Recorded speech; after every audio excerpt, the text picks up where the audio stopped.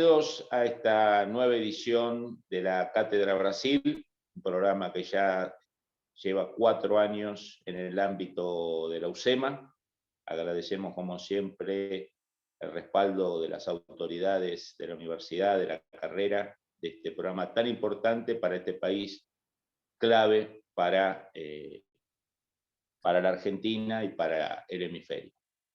El día de hoy tenemos al embajador Juan Pablo Lolé, quizás uno de los mayores especialistas en la Argentina a nivel diplomático y académico sobre el tema Brasil.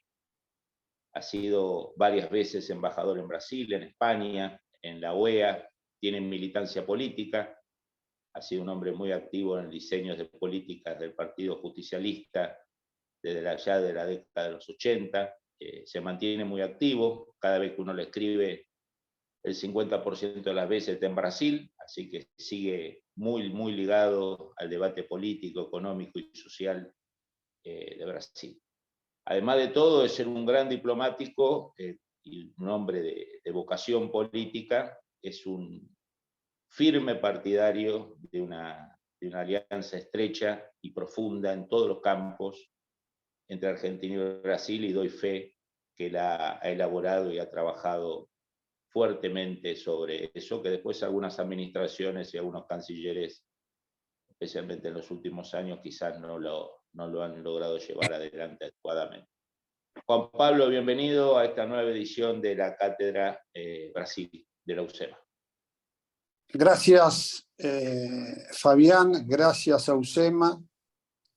Muchas gracias por la invitación. Para mí es un gusto poder estar dando, no sé cómo llamarlo, pero es una charla, es un aula, como dicen en portugués, sobre la relación de Argentina y Brasil, y con un título sugestivo puesto por usted, profesor, que es el Lula 3. Y mi primera reflexión, cuando vi el título, es que interesante que hayan puesto el Lula 3, porque es el Lula en el cual yo no participo. ¿Qué quiere decir? El Lula 1 yo era embajador en Brasil, el Lula 2 también fui embajador, y un pedazo pequeño de la sucesión de Lula, que fue Dilma, también lo participé. Ese conjunto de años obviamente tiene para la actividad diplomática muchas ventajas, porque tiene un hilo conductor de todo lo que fue ocurriendo, y también dicen de que tantos años estar en un mismo lugar genera un fenómeno de adaptación que a veces no es del todo bueno. Yo tomo las dos cosas, tomo lo bueno y lo malo. Para explicar el Lula 3 hay que por lo menos hacer una breve reseña de cuáles son las características, la situación internacional y mundial y regional con el cual se encuentra el Lula 1 con el poder. ¿Por qué? Y bueno, porque ahí se convergió en América Latina, hubo una secuencia de hechos que favorecieron a la llegada de Lula. ¿Por qué? Bueno, en primer lugar creo porque Fernando Henrique Cardoso preparó, después de 2 gobiernos, un país distinto que Lula lo recibe y lo continúa. ¿Qué quiere decir con esto? Que la crisis por la cual atravesó el Brasil es corregida por Cardoso, el famoso Plan Real, y después es ejercida. Y Lula no se mueve de eso. Lula continúa ese proceso, es un beneficiario de ese proceso. Esto visto hoy desde la distancia, si uno decía esto en su momento en Brasil, probablemente a la gente del PT no le hubiera gustado.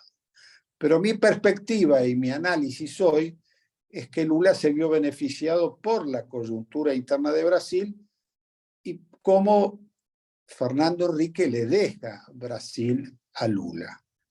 Y esto también estuvo favorecido por la coyuntura internacional. Empieza a haber una especie de viento de cola tanto por los commodities como por la cuestión financiera, que a Brasil le da un equilibrio y una posibilidad de estabilizar la economía desde el inicio, y Brasil desarrollar dos campos para el lulismo muy importantes, que era la reivindicación social de los sectores más postergados de Brasil. Ahí implementa sus programas de bolsa de familia, sobre todo en los sectores más postergados del norte, y los programas de vivienda, que era Minha Casa Minha Vida, y también desarrolla programas amplios en el área de salud. Llega a un muy buen acuerdo con los sectores productivos y financieros, y bueno, y Brasil va para adelante. Esta es la realidad.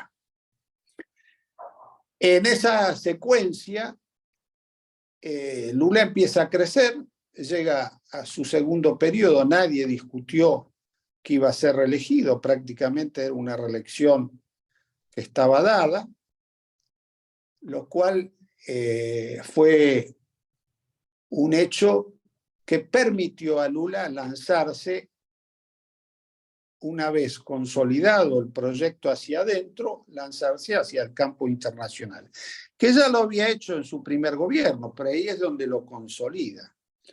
Lo consolida donde consigue la admiración, por así decirlo, de sus colegas presidentes de otros países.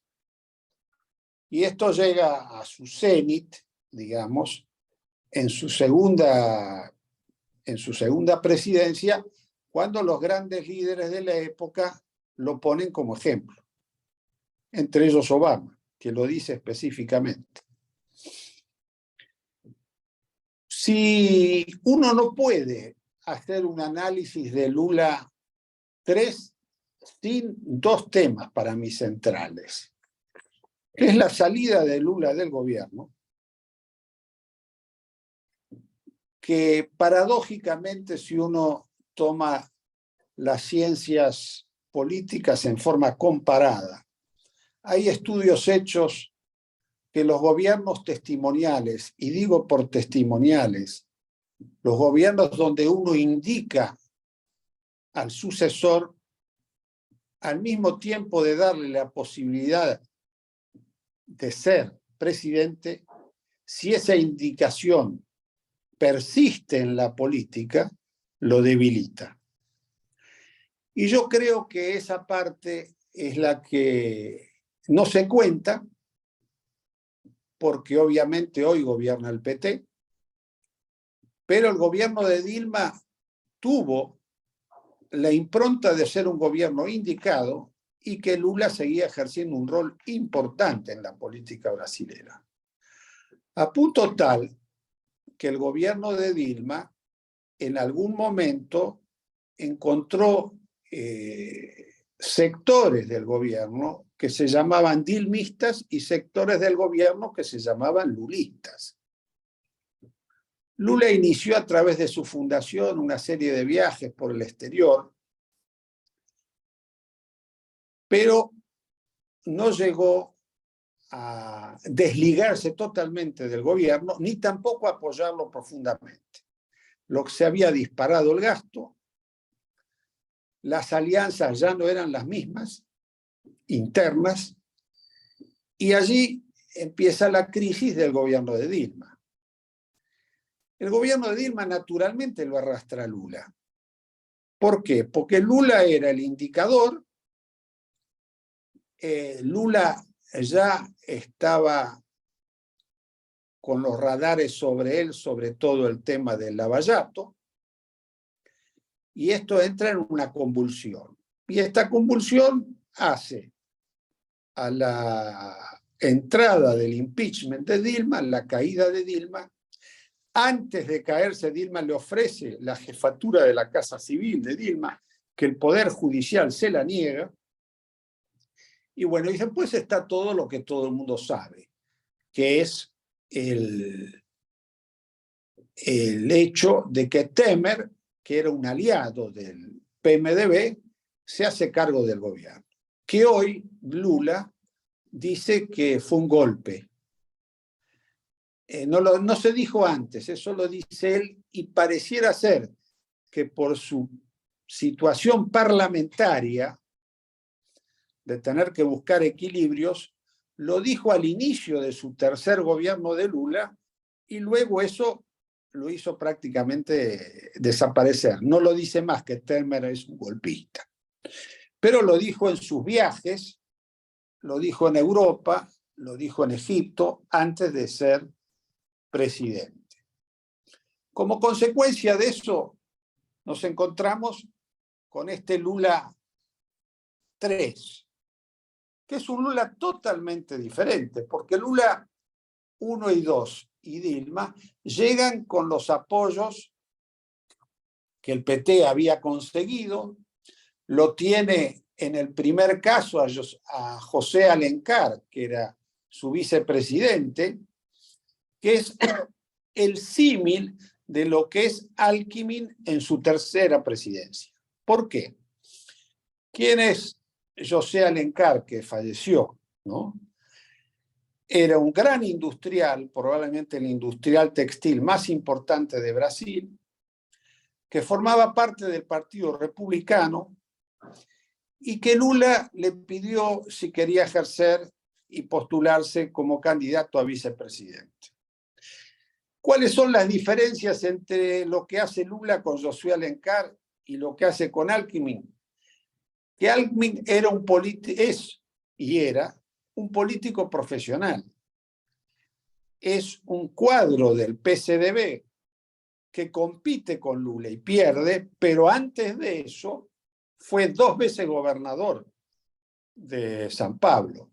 Y ser gobernador de San Pablo es como ser gobernador de la provincia de Buenos Aires. O sea que es un poder estable y permanente. Ante esta situación, ese es un punto de contacto entre el Lula 3 y el Lula 1 y 2, Josué Alencar. ¿Por qué? Porque Josué Alencar, como empresario, bregaba por la baja de las tasas de interés. Hoy no tiene un escudero para eso Lula. ¿Por qué? Porque eso era sobre lo que reclamaba permanentemente Josué Alencar.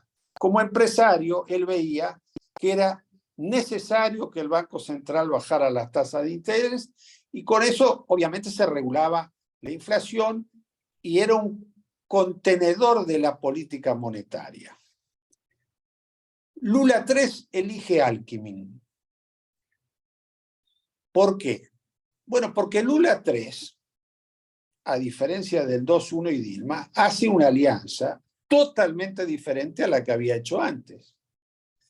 Esta nueva alianza que hace una alianza a la derecha. Y pone, como dicen en portugués, paños fríos a toda su ala izquierda. Y su ala izquierda tiene que ver básicamente con la conducción del PT y también tiene que ver con el movimiento obrero de Brasil, con la CUT. Y con un agregado que fue muy combativo por Bolsonaro, que fue los movimientos sin tierra. Es una organización que toma tierra, se apropia de ella, y bueno, es una especie de revolución agraria de hecho. Entonces, Lula, estos actores desaparecen. ¿Quiénes aparecen? Aparecen los que en algún momento eran aliados de Lula, que eran los grupos que integran el PMDB o que integraban el PMDB. Ahí viene Simón Tebet, ahí viene todo lo que en Brasil se llama el centro.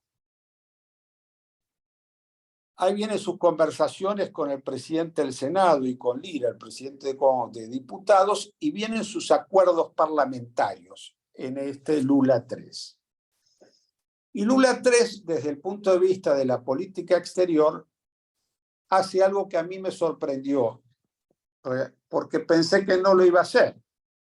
Pensé que iba a cambiar. a mí me tocó compartir mucho tiempo y con muy buen diálogo con Marco Aurelio García.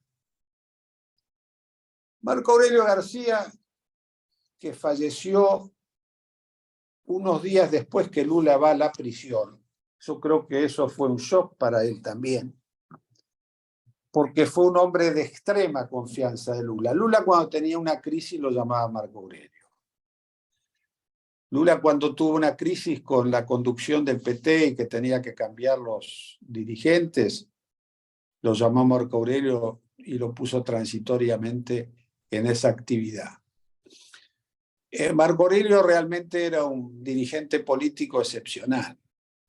Era un hombre de diálogo, mucho diálogo hacia adentro de Brasil y mucho diálogo hacia afuera. Era un hombre que tenía muy claro cuáles eran las orientaciones hacia dónde había que ir. En esta convergencia, donde todavía no estaba el escenario chino, porque China, paradójicamente, en el campo internacional, aparece a partir del 2010 para los americanos. ¿Y por qué digo esto? Nuestro colega en Brasilia, que representaba a los Estados Unidos, era Tom Shannon.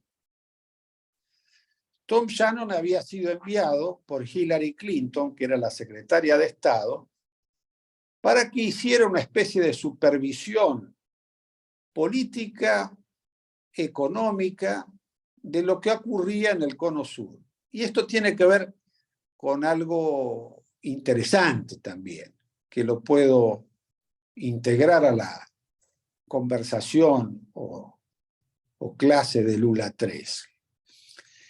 Que es que para la política exterior de Brasil, pensada por Samuel Pinheiro de Guimarães, que fue secretario general de Itamaraty en las dos gestiones de Lula principalmente, y secretario de Asuntos Estratégicos en la gestión de Dilma, la idea de que Brasil ejerciera la conducción de América del Sur en lo político era un tema establecido. ¿Con qué límite? Que no tenía que entrar México, porque México era un aliado de Estados Unidos. ¿Por qué traigo esto?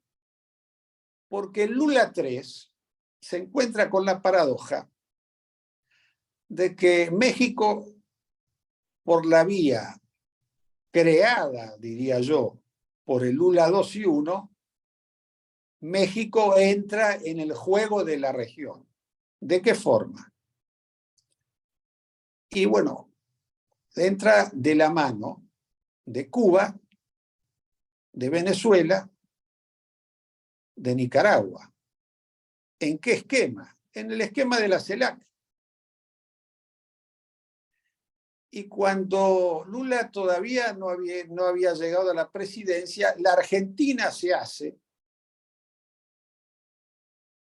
depositaria de la presidencia de la CELAC, donde la influencia ya no era de Brasil, sino era de México. Y la influencia de Brasil había quedado relegada por la no presencia en la CELAC durante todo el gobierno de Bolsonaro. Esto marca un poco, para mí, en el análisis, por qué el Lula 3, en su esquema regional, no ha dado certo, como dicen en Brasil, en sus primeros pasos.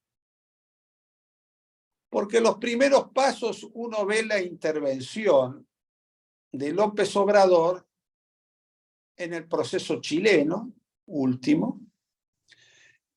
Digo intervención entre comillas, sino participación en el juego político regional.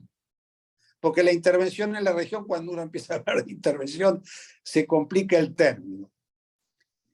Y también otro dato muy interesante es que también intervino activamente en la crisis de Perú, lo cual eran áreas restringidas para la diplomacia brasileña. Siempre recuerdo que en la crisis de Ecuador y Perú, uno de los actores principales para disuadir que la crisis creciera fue Brasil. Y cuando se planteaban crisis regionales, el actor principal era Brasil. Hoy, ¿qué es lo que ocurre con el Lula 3? Primero, Marco Aurelio no está. Yo creo que la diferencia entre Marco Aurelio y Celso Amorín es que Marco Aurelio era un hombre formado en la política y Amorín es un hombre formado en la diplomacia. Marco Aurelio tenía un recorrido en el Partido Comunista, del cual obviamente salieron, crearon el PT. Tenía un recorrido por la izquierda regional y latinoamericana, pero tenía una apertura tanto intelectual como política hacia todos los sectores, incluso los sectores opuestos al PT. O sea que tenía un buen diálogo con esa gente. Y esto se llevaba también en el campo internacional. Él dialogaba abiertamente. ¿Se escucha? ¿Se escucha? Ah. Él dialogaba abiertamente con el Departamento de Estado, dialogaba mucho con los cubanos, porque él sostenía que hablar con los cubanos era necesario para saber qué iban a hacer los venezolanos. Y esto es bien interesante, porque si uno ve lo que ocurre después de la muerte de Chávez y la toma del poder por parte de Maduro, uno ve claramente el cambio que hay en Venezuela en cuanto al ejercicio del poder, por un lado, y por otro lado, en cuanto a la estrategia regional. Y esto es lo que hace pensar por qué Lula trata de sumar a Venezuela a la estrategia regional a través de la última reunión de UNASUR en Brasilia, y eso realmente fue un fracaso.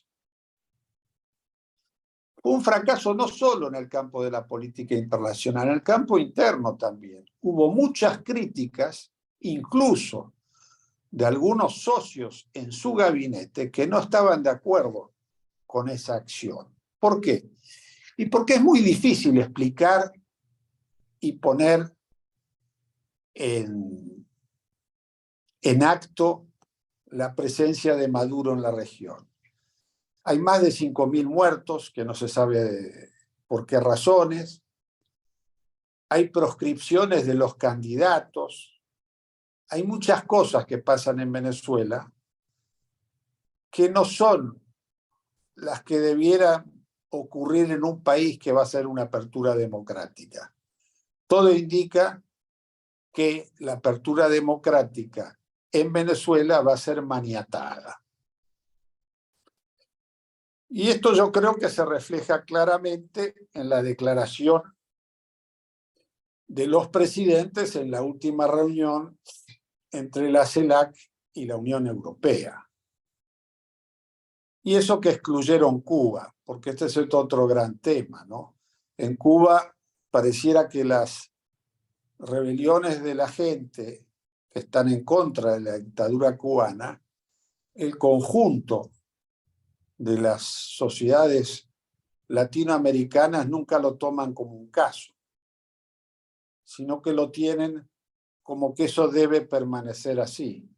Y realmente la democratización de Cuba está dejando muchos presos, hay muchos muertos en Cuba, y Cuba lo que hace es de puente de alianzas extracontinentales. Y nosotros tenemos que mirar nuestro hemisferio de norte a sur, mucho más que antes. porque el mundo cambió. No es el mundo de los 80 ni el mundo de los 90. El mundo cambia. Hay un hemisferio que va desde el norte hasta el sur. Y esto se tiene que interrelacionar como prioridad, que abarca el Atlántico y el Pacífico. Y esto yo creo que es lo que Lula está tratando de evitar en su tercer periodo. Esa realidad no la asumió. Está mirando el mundo desde el ojo de su alianza con China, Rusia, Sudáfrica y la India, con un actor que sí lo está mirando, que está del otro lado, que es Modi. Está mirando más lo que pasa en Occidente y está tomando una posición no tan pro-China en muchos casos, y está mirando más qué ventajas puede tener la India con su política en Occidente. Lula, en este juego que ha hecho durante la campaña dijo cosas contradictorias. Por ejemplo, en el Lula 3 estoy hablando, ¿no? En su alianza hacia la derecha. El Lula 3 dijo que era mejor el sistema por el cual existiera un Bolsonaro y él compitiendo, que no haber elecciones como ocurre en Cuba y en China. Eso como fue ponerle una flor a la democracia liberal, de la cual obviamente él también saca su beneficio.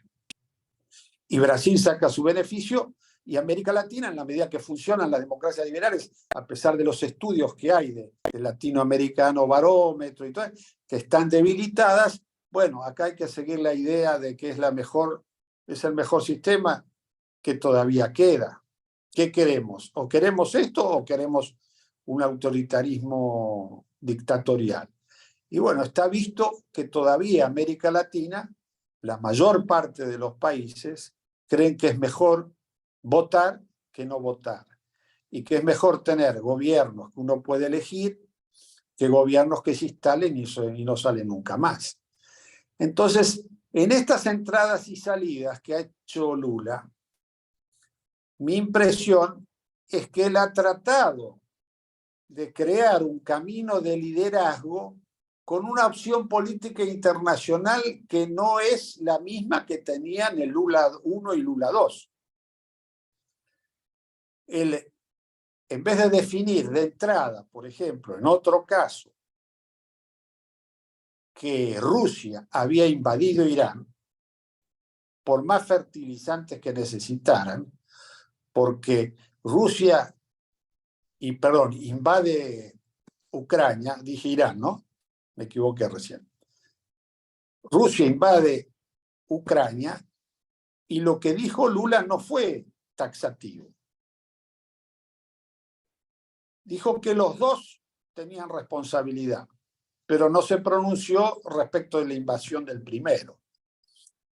Lo cual Zelensky lo percibió, y esto se vio en el encuentro de Hiroshima, donde todos los presidentes se paran a saludarlo a Zelensky y Lula, la cámara lo enfoca que se queda sentado. Y después hubo una confusión de una reunión que tenía hora y día, que parece que nunca se fijó y que nunca se hizo, entre Zelensky y Lula. A pesar de haber ido a Morín en un viaje muy largo, porque fue en tren, hasta Kiev, donde lo recibió un funcionario de segundo escalón. No lo recibió Zelensky. Y esa mediación que Lula pretende llevar adelante, la politicóloga y profesora de la Universidad de Río de Janeiro lo define como falta de cacife en portugués. ¿Qué quiere decir? Que no tiene aceptación la propuesta. ¿Por qué? Y En algún lugar no lo dice, pero es por donde viene. Entonces, la cuestión del Lula 3 y el liderazgo regional y el liderazgo mundial de Brasil es un trabajo que hizo muy bien Lula en su primera y segunda presidencia, y en esta presidencia se ve que, porque no es el mundo, esta es la explicación que yo tengo, que él se imagina que tiene que haber, que no termina de darle positivo esto. Y lo cierto es, yo lo atribuyo en algún sentido a que Lula le ha delegado a Amorín esta actividad, y Amorín, guste o no nos guste, bueno, tiene ideas que probablemente no estén prosperando como ellos piensan. No es porque nosotros tengamos mejores, pero pareciera ser que esas no prosperan. Y como no prosperan, tampoco prospera ponerle una alfombra roja a Maduro. Yo no sé qué piensa de esto el canciller de Brasil, que también es un diplomático, pero es más joven. Mauro Vieira conoce Buenos Aires, conoce América Latina, ya fue canciller, fue embajador. Yo creo que eso fue un apresuramiento. No hay conversación entre los líderes de la región. ¿Qué quiero decir con esto? Yo creo que Sarney y Alfonsín tenían conversación de los problemas que iban más allá de la relación entre los países de Argentina y Brasil. La conversación, yo creo que incluso estaba dada entre Cardoso y Menem. Kirchner con Lula al principio le costó y después finalmente pudieron tener conversación. Y yo creo que Fernández y Lula, en este campo hay acople de Fernández, no hay conversación. Entonces está faltando lo que es necesario en la política internacional de la región, las cumbres de confianza, no las cumbres que se hacen ni para la televisión ni para la declaración, las cumbres de confianza, que es donde los presidentes se sientan a hablar más allá de los problemas bilaterales, más allá de los problemas regionales y más allá de los problemas que pasan en el mundo, qué piensa cada uno de esto.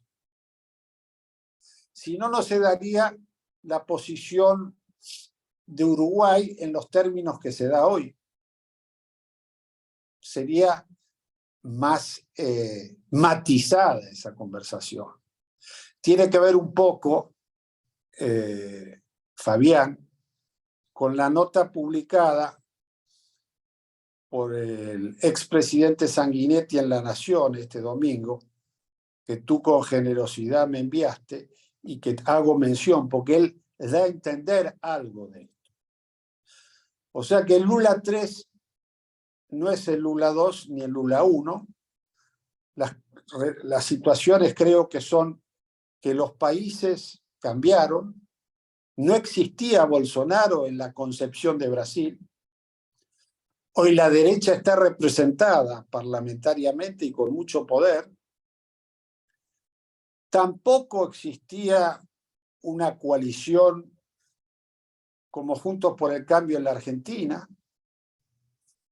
Era un emergente reciente. Y la situación regional es diferente. Tampoco existía un López Obrador en México. Y no lo digo como un agregado a la región, lo digo como un análisis también para mirarlo de ese tipo. Tampoco estaba Petro y tampoco estaba Boric.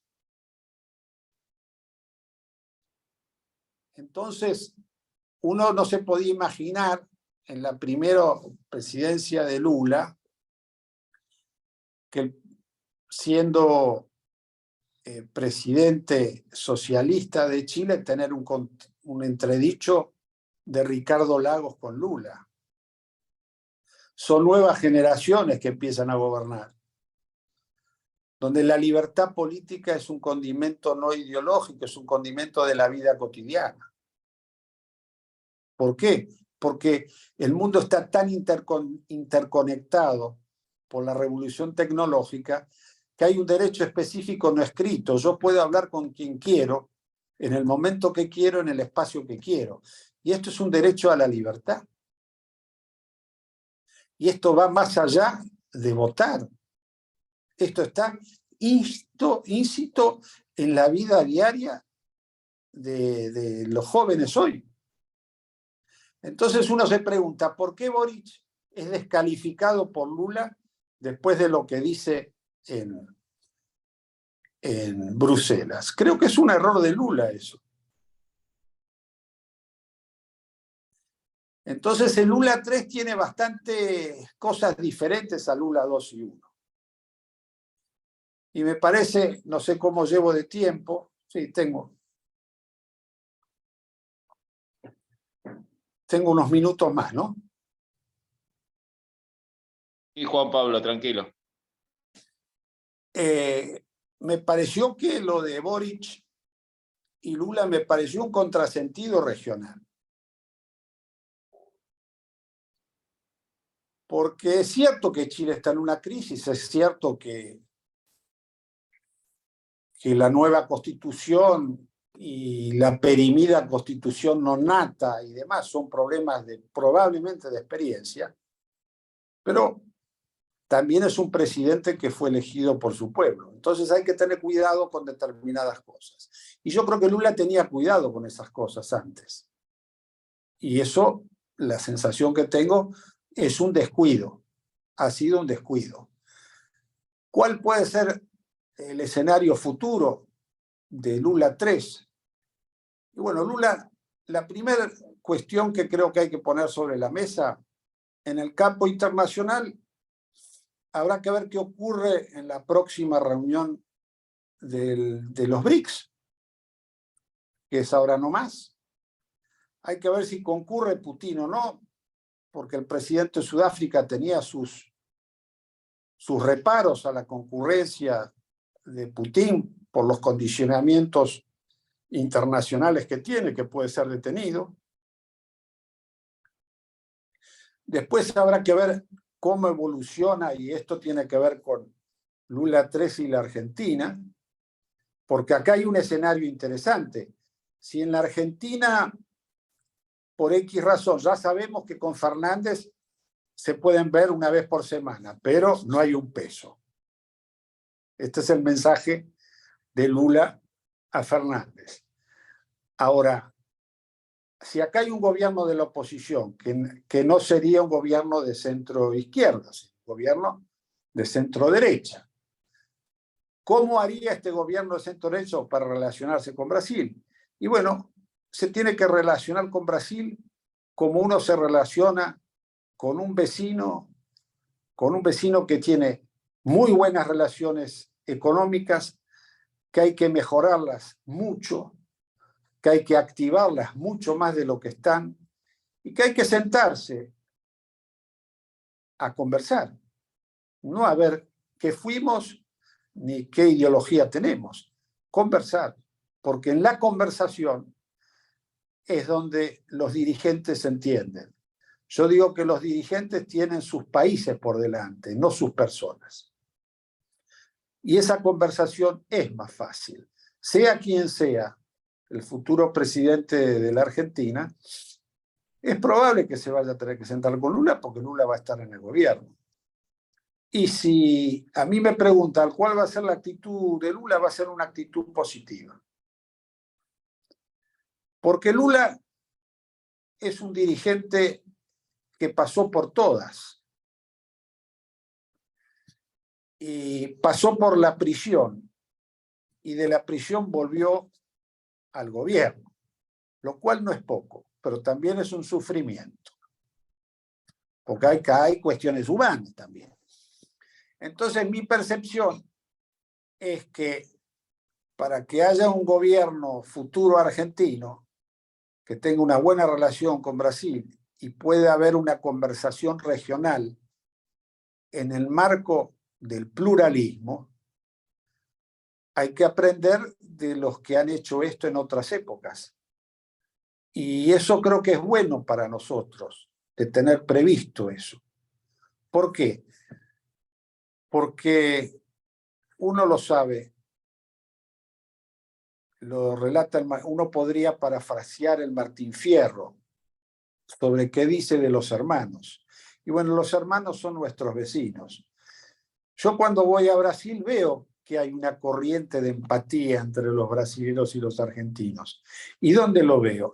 Lo veo en la playa, no lo veo en la política, lo veo en el lobby de un hotel, lo veo en un restaurante, y cuando camino por Buenos Aires, que está lleno de brasileros ahora, porque les va bien el cambio, pasa lo mismo.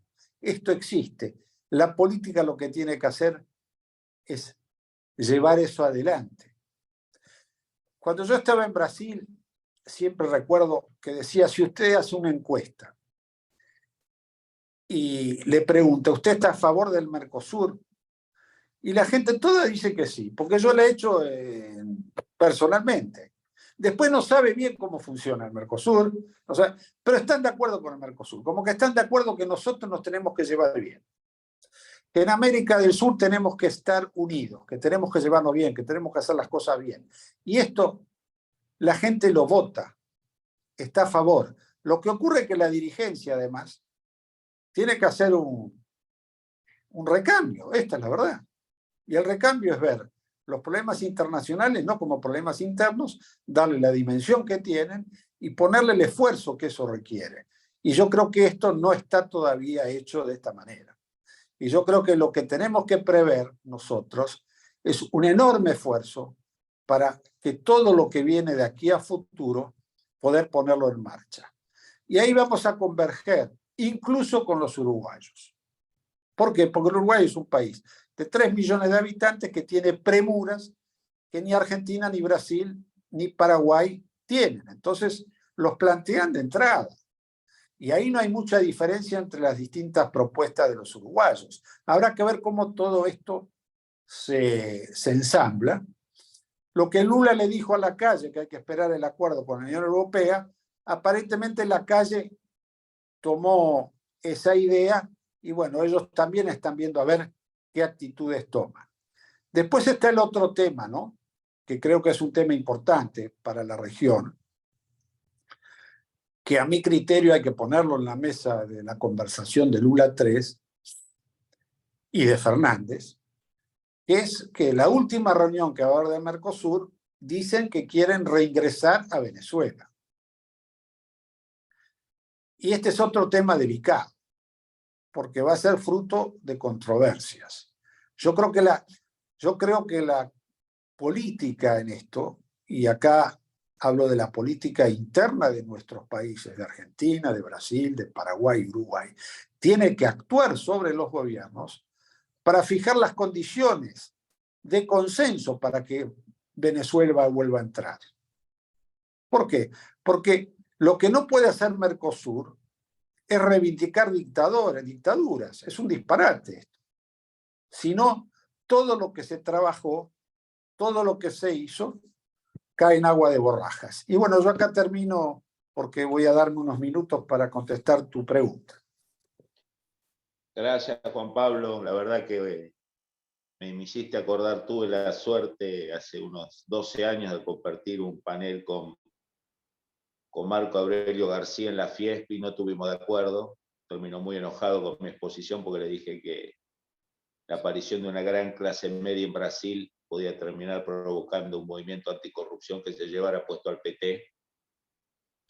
Lo tomó mal, después se dio, pero un gran hombre, un hombre frontal, un hombre sano, un y yo creo believer. que él con el tema ese, Fabián, que yo lo conocí mucho, creo que eso le cayó muy, muy pesado. Porque era un hombre decente. Uno Totalmente. Sí, sí. Cuando yo hablaba, en esa reunión había muchos militares, muchísimos militares, estaba la plana mayor de las tres fuerzas, se me acercaron para felicitarme por la advertencia esa, pero todos, más allá de que no coincidían su fluido vínculo con la FARC, con Cuba, porque hablaba, como decía vos, hablaba con todos, especialmente a la izquierda hablaba, ninguno me dio una crítica moral de él, ¿no? No, eso, Un hombre recto, eso era intachable. Sí. intachable. Pablo, algunas reflexiones y preguntas. Me acuerdo cuando era adjunto de Mónica Hirst en la universidad, en la Ditela, ella siempre en la primera o segunda clase les explicaba a los alumnos argentinos y extranjeros de la Ditela el Brasil como un país ballena, como un país transatlántico, ¿no? De movimientos lentos, de transiciones pautadas. Y yo en chiste le decía a los alumnos que la Argentina era un país, un delfín con alteraciones mentales, ¿no? Como para hacer ese juego de cetáceos. Ahora, cuando uno empieza a entrar a Brasil de los últimos años, empieza a notar cambios de ese rasgo, ¿no? Preocupantes. Primero, el nivel del Lavallato, ¿no? A veces se cree que el problema del Lavallato fue Moro. Lavallato fue analizado por todas las instancias judiciales de Brasil, no es Moro, digamos, ¿no? El Lavallato se cae por un error procedimental, no porque las pruebas hayan sido falsas, ¿no? Exacto, además hubo devoluciones de 4.000 millones de dólares. Exactamente, estamos hablando de robos a escalas masivas y a todos los niveles. Que Brasil nunca, digamos, siempre sabemos que Brasil era un país con corrupción, pero nunca a nivel institucionalizado. El Petrolao, el Mencelao, era una estructura de corrupción que manejaba el país, especialmente algunas empresas, ¿no? Uno jamás imaginaría que un país como Brasil terminaba siendo controlado desde el edificio de una empresa en Sao Paulo, como pasó. Y provocando suicidios de expresidentes. Exactamente. El segundo elemento es el intento de asesinato de Bolsonaro, un magnicidio, con grandes abogados, con abogados caros, de un homeless que todavía no se explica quién le paga a los abogados, y digamos, un caso muy extraño que habla de que algo no funciona, ¿no? Si a un candidato no le gusta ciertos sectores, lo intentamos asesinar y después no pasa nada porque han pasado 6 años y la justicia, la verdad que no ha movido un dedo sobre ese caso. Tercero, una Corte Suprema donde uno escucha comentarios, la verdad, insólitos, ¿no? El juez Barroso diciendo, todos juntos logramos derrotar a Bolsonaro, o perdió Mané, es un idioma así medio del submundo, el submundo callejero, digamos, ¿no? Un juez como Moraes, que pone a la Corte Suprema a trabajar en un caso porque alguien lo insultó en Fiumicino, y la Corte Suprema se aboca a la investigación del hombre que lo insultó en Fiumicino, digamos, una Corte Suprema con atribuciones totales, extrañas para un sistema democrático, ¿no? Y por último, una diplomacia. Vos citaste a Morín. Yo me acuerdo con Taeda se publicamos en el 2014 un libro de él, que era como Memorias Políticas, Memorias Diplomáticas, un librito chiquito, con aires imperiales internacionales muy importantes, ¿no? Como una especie de diagnóstico que el mundo era multipolar y Brasil era uno de esos polos de poder. Y al cabo de la pregunta, Juan Pablo, ¿no hay un error de diagnóstico básico en Amorín, que evidentemente es el Bismarck, con respeto a Bismarck, digamos, ¿no? sin hacer comparaciones históricas, pero un todopoderoso de la política exterior? ¿No hay un error de diagnóstico de pensar que el mundo está multipolar y que el mundo quizás sea más bipolar? Y estos errores de política exterior que está cometiendo Brasil, especialmente Lula, se debe a un diagnóstico errado básico, que esto no es un mundo de 5 países, 6 países, sino que es un mundo de 2 países y que los demás tienen que buscar articulaciones. Sí, tan es así, creo yo, que, bueno, yo un poco cuando decía que para mí Marco Aurelio era más realista, en el sentido político hablando, ¿no es cierto? Y Amorín ocupa una oficina en el Planalto, o sea que está más cerca Amorín de Lula que Mauro Vieira como canciller. Objetivamente, la mirada multipolar hoy es difícil de sostenerla, porque los organismos, incluso cuando uno analiza la efectividad de los organismos multilaterales, cada vez es menor. Y Brasil ahí tiene todavía la famosa pretensión de su silla en el Consejo de Seguridad, que esto es una obsesión de Amorín. Amorín también tiene esta idea de que puede mediar en conflictos globales. Y creo que en la segunda presidencia, cuando él pretende mediar en el conflicto nuclear de Irán, también allí encontró un escollo, no pudo avanzar. Pero bueno, yo creo que es interesante el tema que planteás, porque la necesidad de tener esta visión donde Brasil quiere ser partícipe del club de los grandes, que de hecho en un sentido lo es. Hay un dato práctico también para este tema de poner Brasil en el lugar, es que Brasil llegó a ser la 6ª economía del mundo, hoy es la 12. Entonces, esto también tiene una explicación. Ellos quieren recuperar el tiempo perdido, digamos. Y la cronología no los ayuda. Y mi sensación es que este juego dual, ambiguo, de supuesta neutralidad en el conflicto global, los deja al desamparo. Y esta es la realidad. Ahora, Juan Pablo, es propio de lo que pasa en un escenario bipolar. exactamente. Lo dejan en el desamparo. Y ese desamparo hace de que ni los chinos lo consideran un mediador, ni los americanos lo consideran un mediador. Entonces,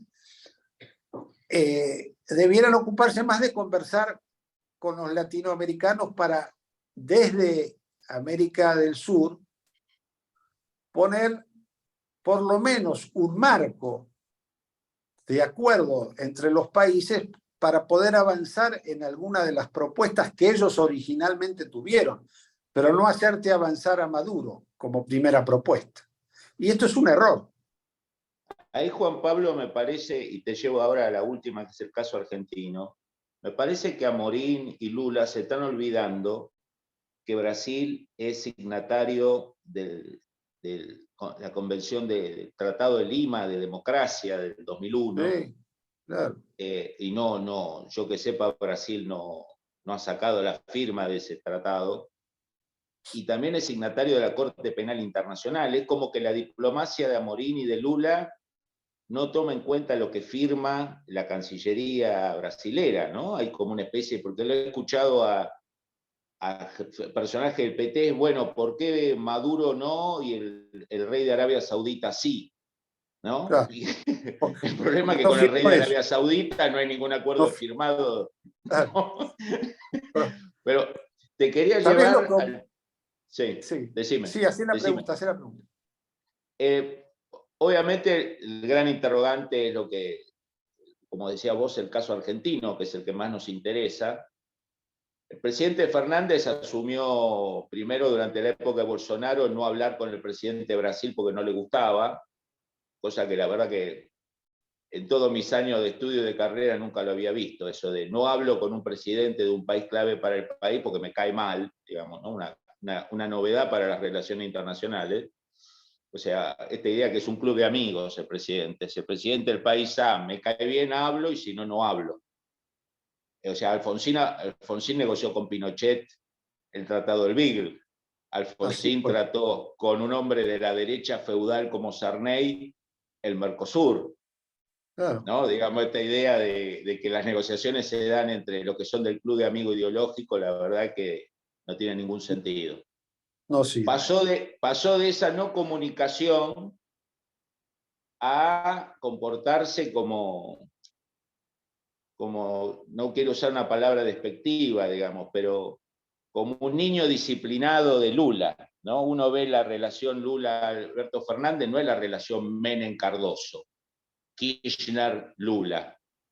Es una relación como de JTP, de adjunto de la cátedra, y el titular sea Lula, ¿no? O sea, hay una cuestión de a ver qué dice Lula para yo acompañarlo.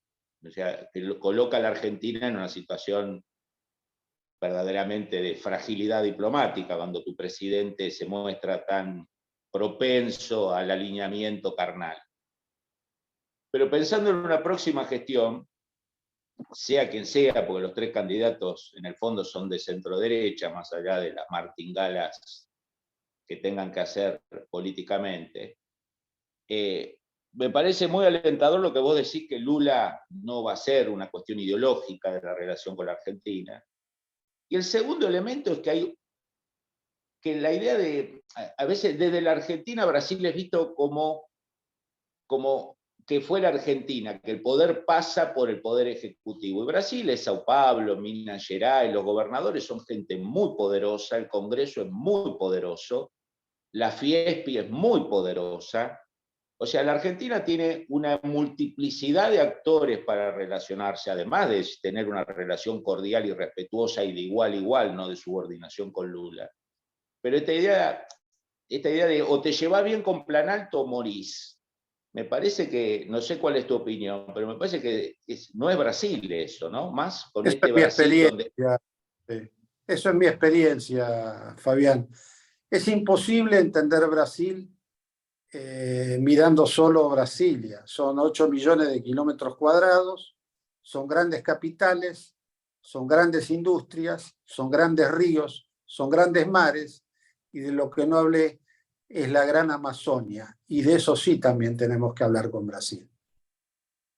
Entonces, por eso creo que hay un curso que la política argentina, no solo los que estamos especializados en temas internacionales, debiera ser, es el curso de Brasil. ¿Por qué? Porque en Brasil podríamos multiplicar todas nuestras relaciones, tanto en lo personal, en lo político, como en lo comercial. Y esto es lo que yo veo. Por eso veo que hay una potencialidad extraordinaria, que no quiere decir, porque además hay también algunos actores de la política internacional argentina que dicen que hay que cortar la dependencia con Brasil. Y yo les pregunto a ellos, ¿por qué vas a cortar la dependencia con tu vecino si vos no sos el que define eso? Define la vecindad. ¿Por qué vas a geografía cortar? manda.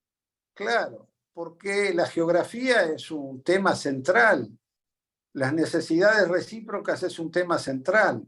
O sea que nosotros estamos obligados a entendernos. Eso no quiere decir que tengamos que desentendernos con otros. Al contrario, tenemos que sumar todo lo que podemos sumar.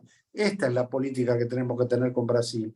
Y esto incluye los estados de Brasil, los gobernadores, los alcaldes, los empresarios, los políticos, incluye todo Brasil. Esto es lo que hay que hacer.